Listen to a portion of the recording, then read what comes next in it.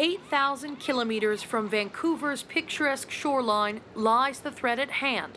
A threat so alarming, officials from 20 allied countries are gathering here to make a united pitch for diplomacy. She is one of the world's most seasoned diplomats. To get that conversation started, Canada's Foreign Affairs Minister met with her South Korean counterpart ahead of tomorrow's summit.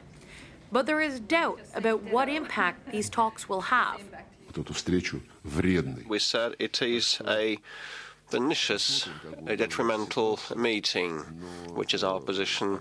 Russia's foreign minister slammed the summit, echoing comments made by the Chinese last week. A senior government official says neither of the influential countries was invited to the meeting, but foreign ministers were asked to take part in a separate briefing after. Still, some say the absence isn't a setback. We want to think practically, as a group of countries that have for a long time been interested in the events on the Korean Peninsula, about how we can improve prospects for a diplomatic solution.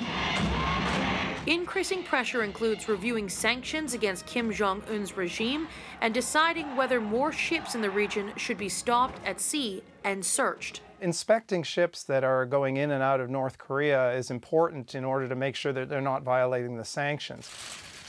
The meeting comes after an unexpected positive development in the crisis. For the first time in 2 years, the two Koreas spoke, and the North will now enter the Winter Olympics. They will be met with fire and fury like the world has never seen. Donald Trump has also changed his tone, saying he's now willing to restart diplomatic talks, but only under the right conditions.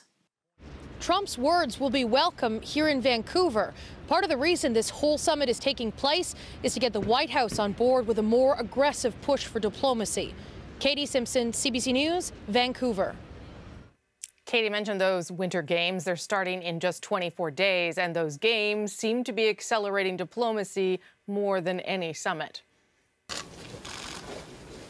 Just 2 weeks ago, the two Koreas weren't even talking, but today they met for the second time and made some progress on music.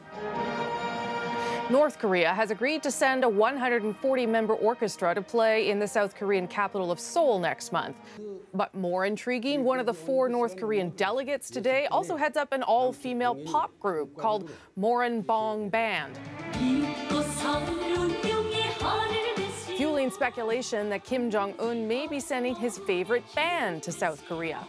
Moranbong is the North's best-known pop group. The women, all handpicked by Kim, are members of the military. They play a mixture of Western pop covers, but also songs praising the Kim regime, so it's not clear how that will go down in the South.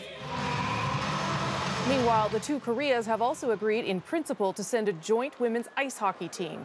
The proposal still requires International Olympic Committee approval, but it would be a historic moment that the two countries, still technically at war with one another, are brought together under one rink and one team. I believe that we can make Pyeongchang Winter Olympics as a kind of a turning point in the escalating tension on the Korean Peninsula.